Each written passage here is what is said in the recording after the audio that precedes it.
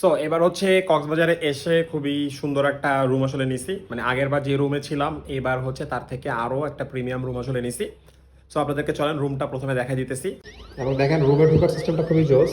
আমি যদি এটাকে এভাবে পাঞ্চ করি, দেখেন তারপর কিন্তু এই যে দরজা খুলে গেছে।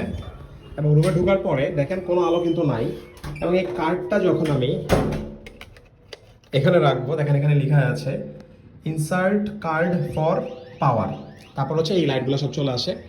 ওকে, রুমে ঢোকার পরেই হচ্ছে দেখেন এখানে হচ্ছে একটা বেড আছে। আমি যদি একটু এই সাইডে চলে যাই, তো দেখেন এই হচ্ছে প্রথম রুমটা। এটা আসলে একটা ফ্যামিলি রুম। আর এখানে এসি আছে, তারপর একটা কাবার্ড আছে, দুইটা চেয়ার আছে, আর একটা বড় সড়ো খাট আছে। তারপর এই পাশে হচ্ছে আরো একটা রুম আছে। তো এখানে যদি আমরা যাই তাহলে এখানে কিন্তু একটা বেড আছে। দেখেন এই হচ্ছে এই রুমটার ভিউ। অলরাইট।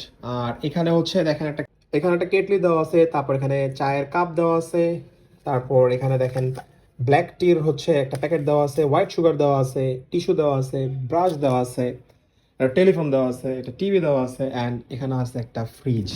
এবং এই ফ্রিজে হচ্ছে কিছু নাই। এবং এখানে একটা বড় সড়ো কাভার দেওয়া আছে।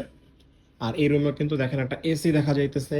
আর এই রুমের সাথে হচ্ছে একটা অ্যাটাচড বারান্দা আছে, বাট এই বারান্দাটা আসলে বিচ ভিউ বারান্দা না। আচ্ছা, রুমের পার নাইট কস্টিংটা হচ্ছে 2500 টাকা।